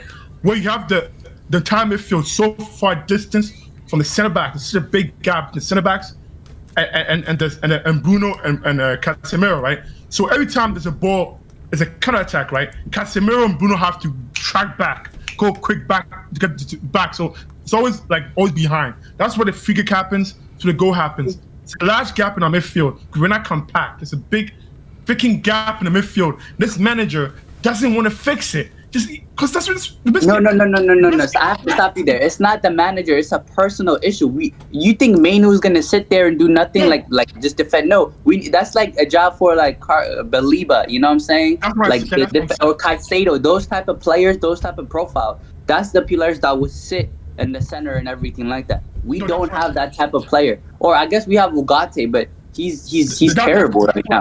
That's not what I said. My thing is, if you're gonna have to play a high line, right? The distance between your center backs and your midfield has to be closer, so there's no giant gap. I agree. I agree. That's what we have. This is the problem we're having. There's always a Giants gap. We're always tracking back and lose the ball. When Bruno lost the ball, right? And it became a counter attack. This when Bruno losing the ball. Meaning there's a giant gap between our center backs and our midfield, and he doesn't want to fix it. That's my problem. No, wait. Who is he gonna put there to fix it? Like, tell me that. No, like, I'm not. You're not hearing my point. It's not a personal issue. It's a tactic issue. Either you bring the center back closer. There's no giant gap. Or you move the midfield closer to the center back. You cannot. No, get what I'm saying. So every situation you lose the ball. It's a counter. You're playing transition. It's always a transitional game. United. It's basically a basketball team. We lose the ball, right? Then they're countering. In this situation, we're tracking back. We're going back, and Casemiro fouls the player. It's always that. It's always the dump coming back. It's always lose the ball, come back. It's always a transitional game with United because there's a giant gap, giant hole between the midfield and the center back. Does that make sense? That makes sense? What I'm saying makes sense? Yeah, I agree with you. Like, I 1000% agree with you. And I think Amaron sees that and he would agree with you too. It's just that he doesn't have the personnel or the profile of a player to do that. You understand? Yeah. Because you just got look, closer or move the midfield closer. He's saying because you don't have the personnel, you change how you play. Bro, we know he's not gonna change though. So there's no point in speaking about this. You can have unless you have a midfield, right? That can be so athlete. You have athlete that can run fast back and forth every day. You gotta have a tightness, or you gotta be compact. So you gotta be compact, right? If you have a high line, be compact. If you have mid block, you gotta be compact. If you have a deeper as a block, you're compact. You're closer. Your place has to be distance between your midfield and your center back has to be close. So that you have this problem where when you lose the ball, it's a big gap to your defense. So you keep having it's a big gap. So what you described it perfectly. Go back to what you said to me, right? All the goals are basically the exact same situation. You lose the ball, giant gap, counter attack. The defense is by themselves. That's either foul, either Casemiro is tracking back and there's so much options to foul him, or there's a giant gap with a big pass into the midfield. Go. That's all the same situation keep happening over. Again, Ozzy. Wrap this up though. Wrap this up. Look, Ozzy, we're playing a 19-year-old, a 20-year-old, and a left back and a center back, right? One, it's just a personal issue, and we're also playing a 33-year-old at Casemiro and a 30-year-old and Bruno, right? I'm not saying they're not good or they're terrible, right? It's also a personal issue, and I don't think. But that's the progress. That's the progress that will be made as the season goes on and as we go to next season. That's what I'm saying. Like, we're not there yet. We're not trying to challenge the league or all that stuff, right?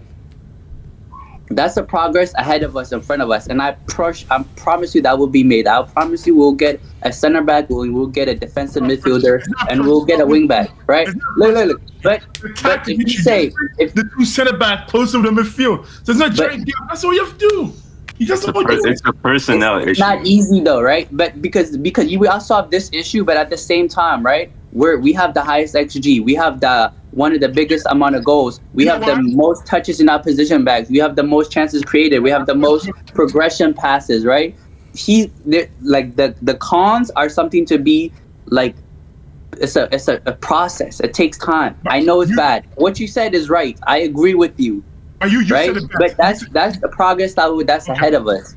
To end it, right? You said it best. It's a trade-off, right? When you have such a commitment to attack, when you have Bruno, Casemiro, the two fullbacks high, you have the three attack high, you're gonna get great chances because you have so many people up top, right?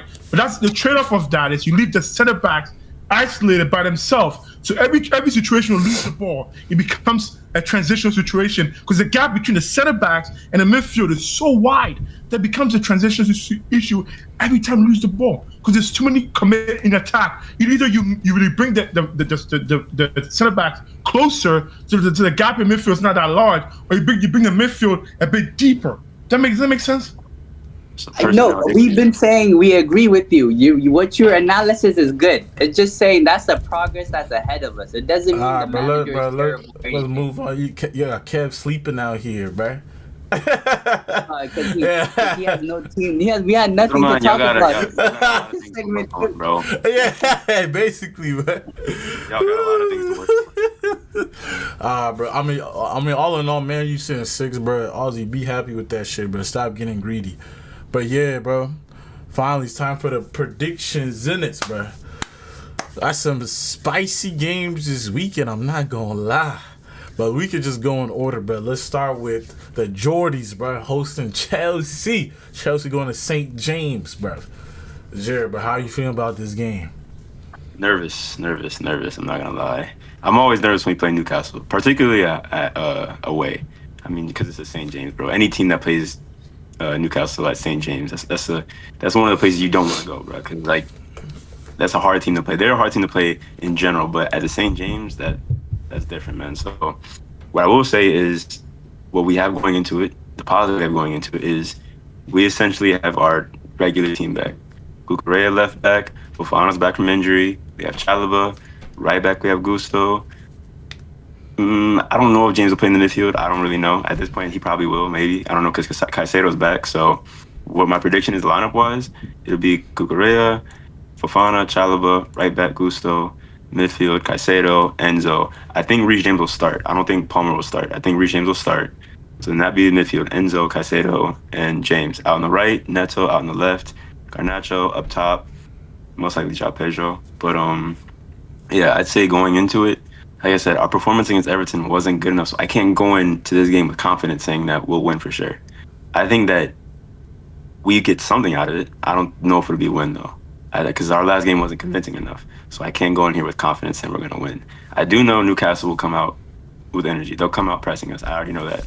And it's shown in the past that when teams really press us like that, we get a little antsy. We give away the ball in general, but when teams press us like that, we get a little bit antsy.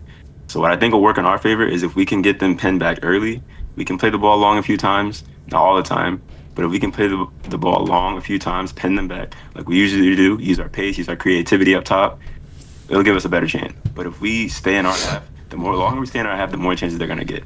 And trust me, Newcastle's a good team, man. They're a good team. So I can't go in here with confidence that we're going to win, but I don't think we'll lose. I think we may get a draw out of it, honestly. Score prediction. I'm gonna say 2-2. Whew, damn, 2-2 at St. James. Kev, what you saying? You know, I do think Newcastle is in a bit of a weird spell at the moment. You know, I mean, they won tonight though. I know, but I didn't watch the EFL Cup. And anyways, I don't care about Caribou. Anyways, I do. they're I want to win that shit.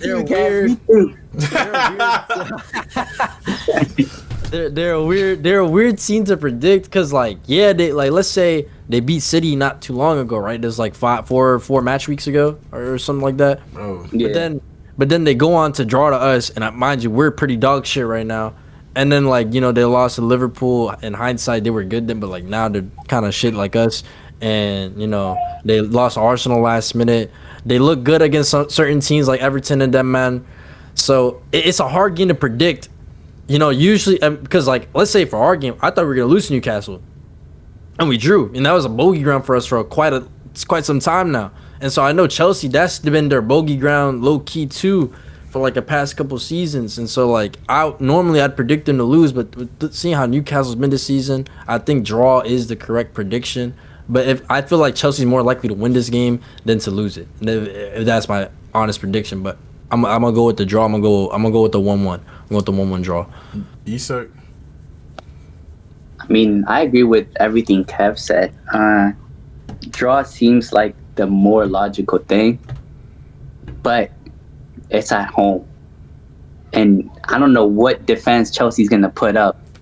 So I might say. I'm gonna say 3-2 Newcastle. Shootouts, bro.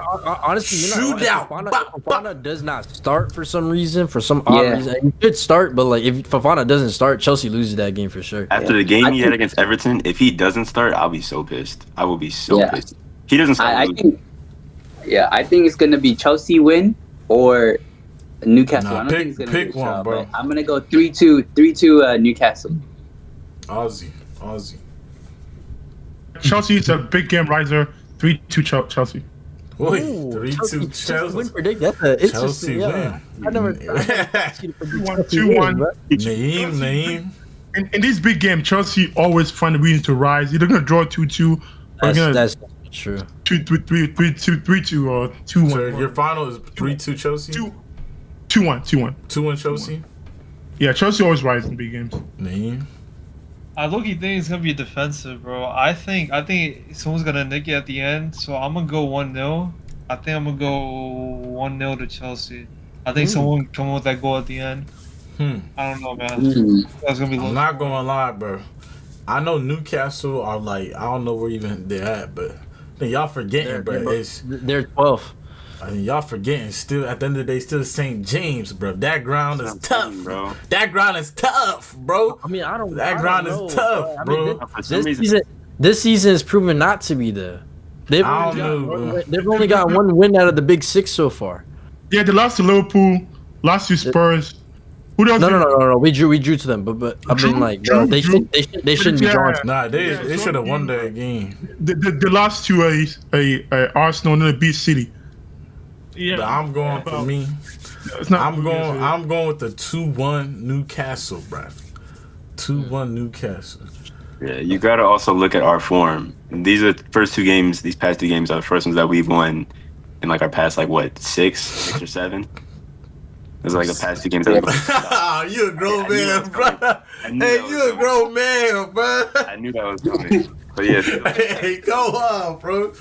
All right, next game, bro. Someone had to do it, bro. I was falling asleep. Let's My little get brother's laughing at me. My little brother's laughing at you, man. My little brother. let's get through these quick, I bro. know that. Hey, City versus West Ham.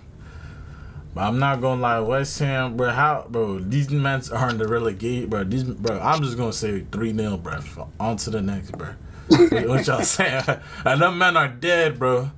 Them men are dead. And it's at the empty ad as well, bro. Yeah, 3-0 City. Jared, what you saying? Yeah, I'm saying like a 3-0. 3, maybe 4. Actually, they did score 2. Actually, no, bro. City be conceding, bro. I'm gonna go 3-1. I'm gonna go 3-1 City. Yeah, they concede. But I think in this case, I don't think they'll concede. But who knows? City has been pretty inconsistent sometimes with defending. But You saying 3-0? yeah, I'm saying 3-0. Kev? Wait, what game are we doing? City West Ham. Oh, 5-0 City. Jesus Christ. Crazy, man. Man, that's what Ozzy probably gonna say too. You gonna back his boys in blue. But yeah, he said what Hey, you man, saying. I'm anti-Arsenal, man. That's who I am. I'm just gonna go 2-0 City. Ozzy? I'm gonna go 3-0 City. I'm usually wrong every time I predict a big score line, but I'm hoping. West Ham 3-1 City. They always get 3-1 against the West Ham. It's like the biggest favorite score against this crap team. Yeah, I think West Ham will definitely score, but obviously City just gonna score more, bro. Alright. 3-1 is a perfect score for this kind of games. I can't wait to see this preview.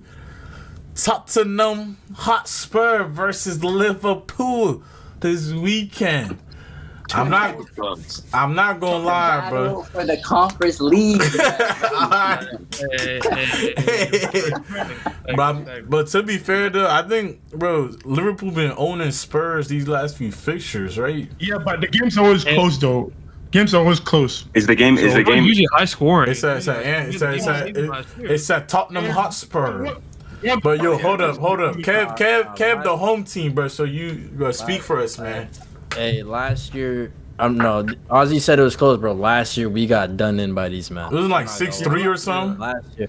6-3 was the first game. Mind you, that game was 6-1, and we only scored 2 garbage time goals. So I'm going. That game ended 6-1 in my eyes because I stopped watching after we were losing. That's like on FM, bro. Oh my days, bro. FM 6-1, bro. But it was at home. We were losing 6-1 at home, bro. Do you know how crazy that is? Oh, they got to refund the fans, bro. That's crazy, bro. And then we lost. I think we lost 5-1 away. But like that was when we were in the Europa League run. So like he played some fucking dookie ass lineup, so I'm not really care about that game. But I said it a couple weeks ago. As long as he's in the realm, I'm gonna go ahead and predict a loss. I think we're gonna lose this next game. Until he's gone, I'm predicting we're losing 3-1 to Liverpool. That's my prediction. Our terrible home form speaks for itself. Anyways, we've literally only been able to beat Brentford at home and Burnley. That's our level. That's our level at home. So we're gonna lose. I think that's your level in the league, but that's not just at home. But no, Kev, bro. Wait, we have one of the best records. No, Kev, bro. But like, Liverpool haven't been, bro. Liverpool still leak OC chances, bro. Like, y'all could definitely score, bro. Yeah, but who's taking them? Who's taking those chances? That's why I said Who's 3-1. taking those chances? Richarlison's taking those chances? Think so? I mean, Richarlison has 6 goals this season and 10 starts. Yeah, that's true. Yeah, that's a bad example. But get what I'm saying. The 3-1 loss, Naeem, bro. You the opposing team, bro. What you saying? I haven't backed my boys a lot this season. I've been confident, bro. So I want to change it right now. You know, their home record isn't the best. I like the lineup we put out last game. I think if we go with the same, we got a potential for a lot of goals. Ekitike's on fire. I'm gonna be super confident. I'm gonna go 3-1 Liverpool. 3-1 Liverpool. I'm not gonna lie. I was actually thinking the exact same thing, but these Spurs, man, is done out here. But will we be surprised if Spurs win, though? Will we all be surprised, or? I would be. I wouldn't be surprised if a draw, but if we very lose surprised. Spurs, Damn. actually, I wouldn't be surprised. What am I talking about? If you lose to Spurs, man. I'm going 3-1 Liverpool. Exactly. The last time we beat Liverpool at home, we was all watching the game in your living room, and when Matip had. Oh yeah, everyone started bantering Tim, bro.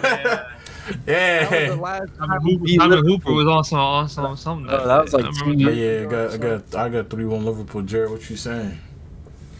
I'm gonna say 3-1. I think it's a 3-1. I think y'all get a goal, but I think it'll be like last 20 minutes or something like that. I don't think it'll be early. Bro, man, like Yusuf in the Chase at W Podcast, man. If Mo Salah is playing, we know Liverpool winning.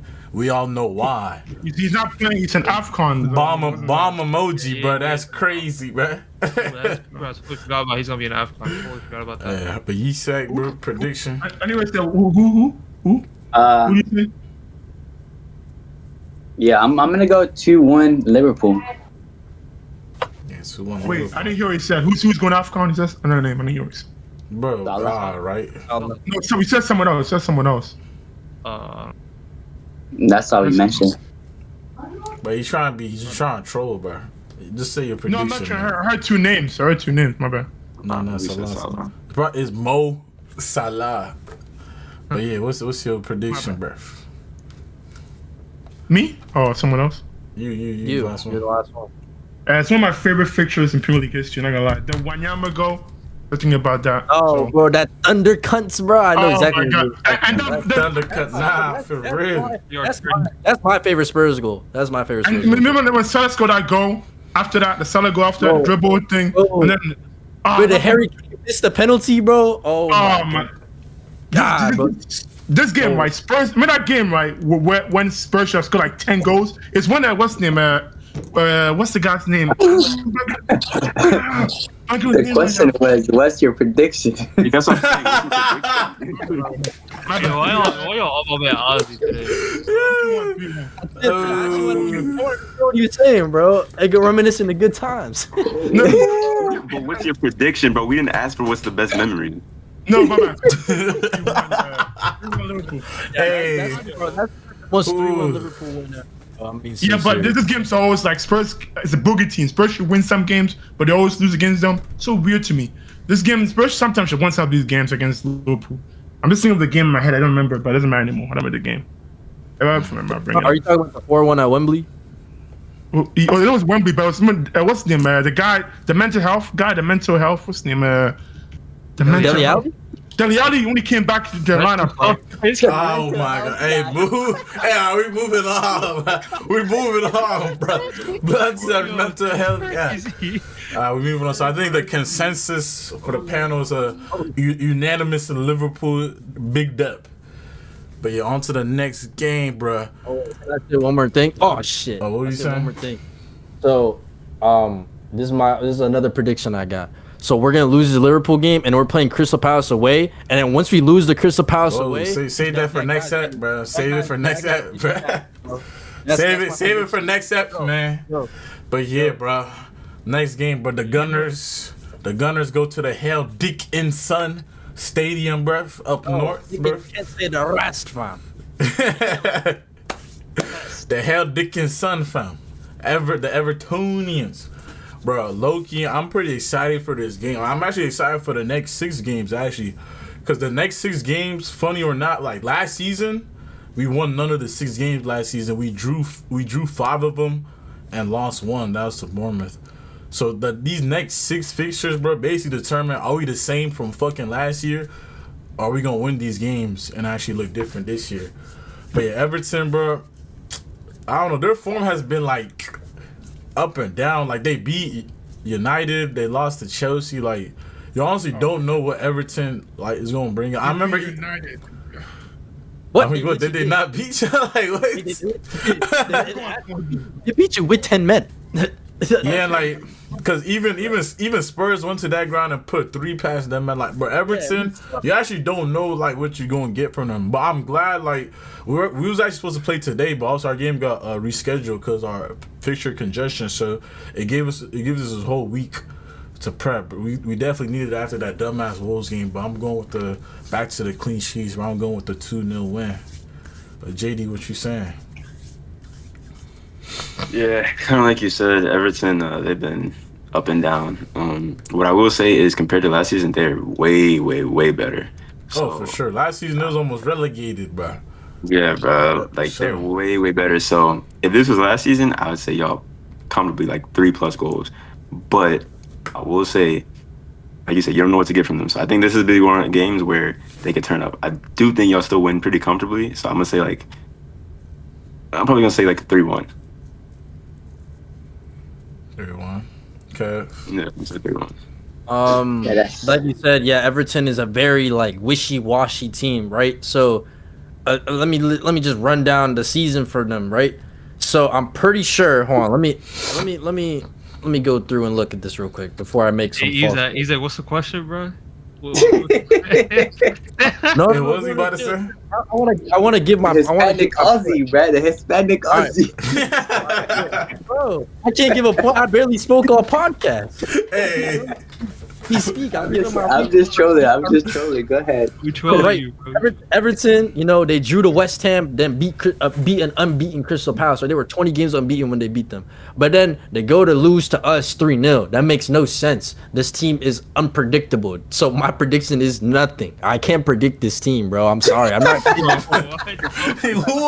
You gave all that to say nothing, bro? Oh my They lost to god. us, then they beat Man United with 10 men. You know what they do the following week after they beat United with 10 men? They lose 4-1 to Newcastle at home. You know what I'm saying? Like, bro, this team, you don't know like how they gonna turn up, bro. Like, it's Bro, like, pretty you- crazy. Well, I'm gonna say But Kev, what's your give a score? Just give a random score line. A Bro. random scoreline. I don't think Everton. Oh, my headset just died. All right, Everton 1, Arsenal 1. That's my prediction. Yeah. I was really about to say the same. I think Everton get a 1. I think they get a late goal and end up getting a draw. Yes, sir. Yes, sir.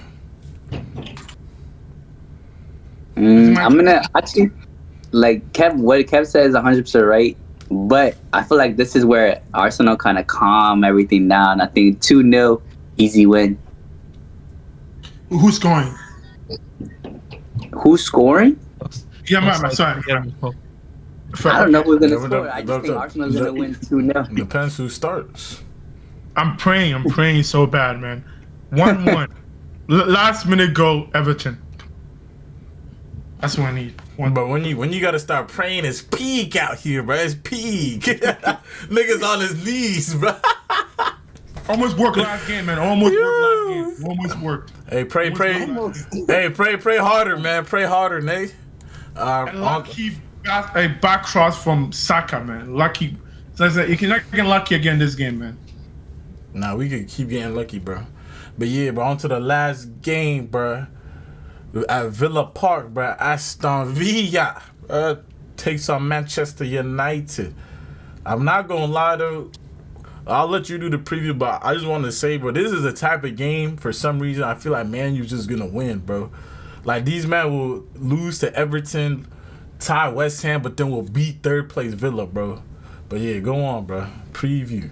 Yeah, I don't think it's yeah, what you said is true too, but I think it's the type of ball Villa play. And if they play like they played Liverpool, where they come at them and try to play at the back and come at us, I think we could get something. So I'm gonna say 2-1 United. Ozzy? If Morgan Rogers sees that midfield, oh my god, that's But Morgan Rogers, he's playing out wide though. He's playing out wide. but he comes central. The goal he scored was central. I mean, my problem with United is the midfield play they have.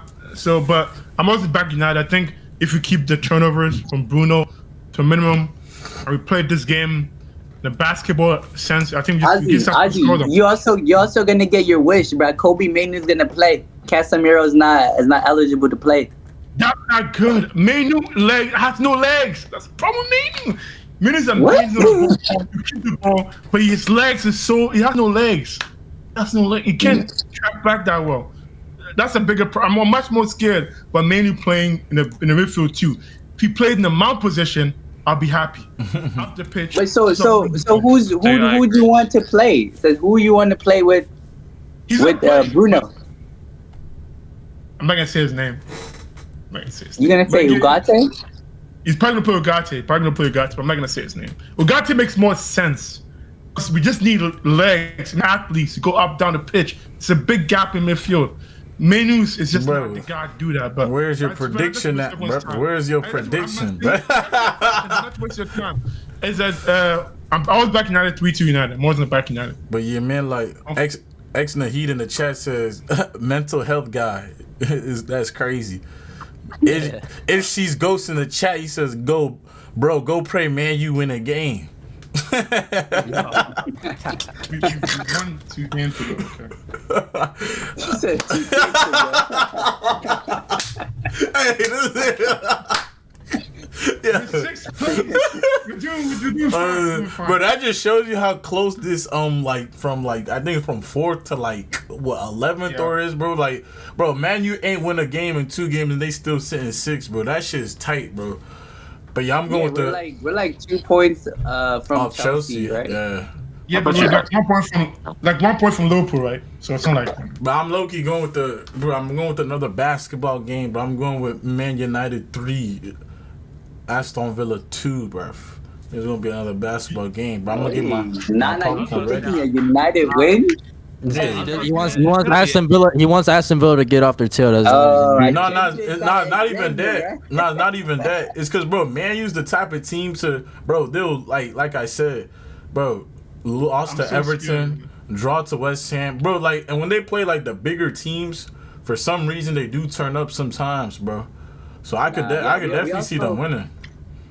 Yeah, we also cook Villa all the time. So yeah, we'll see. No, I'm so scared. I can see us losing 4-0 this game. But yeah, JD, what you saying? Yeah, I think. 4 is a stretch.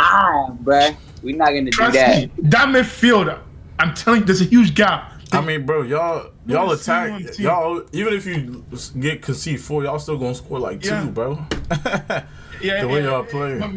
And Bremo's not there, even though Bremo's not that guy. On top, forget AFCON, losing our 2 best attackers, basically.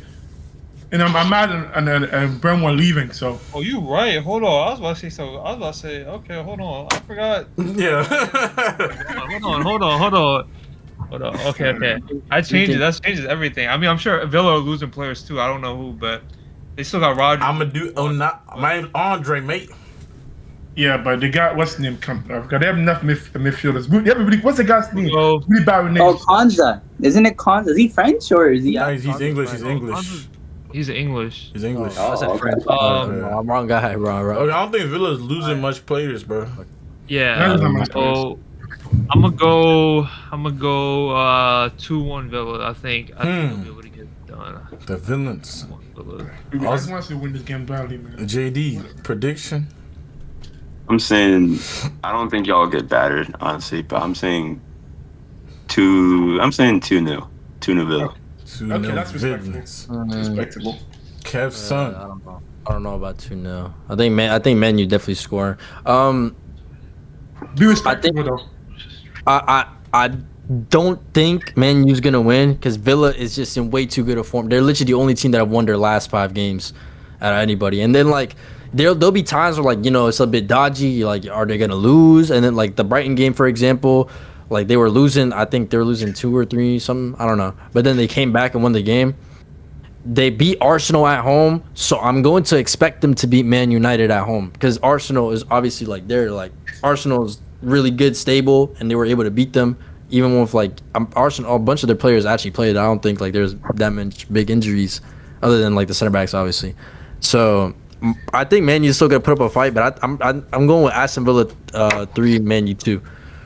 Damn. That's not Another basketball game. But Ozzy, will y'all have a good evening? Will y'all have a good evening? Oh my god. Wait, when's the game? Is it another Monday? I think it's 20. Nah, it can't be on Monday because they play Aston Villa. It's 21st, I think. 21st. Yeah, the 21st, America. That's my check. Oh, y'all are the only game on Sunday. Damn. Yeah, 21st, right? Let's see. But yes, any comments, questions, or concerns before we get out of here? Yeah, I forgot to mention during my Liverpool game, Curtis Jones. He needs to go to. He needs. I need to see him at the World Cup, bro. I need to see him at the World Cup. That. Bro, you got that England. I just want him on the bench. I want him on the bench. Bro, that England midfield, bro, is crazy, bro. It says They got Elliot Anderson. They got the dude from Crystal Palace. They still got Declan Rice. Guys. And the Dewsbury Hall, bro. He's not going to get in. I have one question, bro. Before I have one question. Wait, my Liverpool fan. Is Dominic Szoboszlai going to play? I think so because he did finish the. We played Brighton. He did finish the Brighton game. Okay. I think he probably will. You know why it's gonna happen, right? Bernard's gonna ask him which towel he needs. That's what he's gonna be there for. Bro, it's gonna be the worst versus Xavi Simons derby, bro. One of them gotta score that game, but I feel it. Yeah. Xavi Simons won't score a Bentancur plays. I promise you, he won't score. OC. I like Simmons though. I like Simmons. Simmons is good, but he's working with dumbasses in the pivot. That's the only reason why. You seen that meme? You seen that meme of the like real?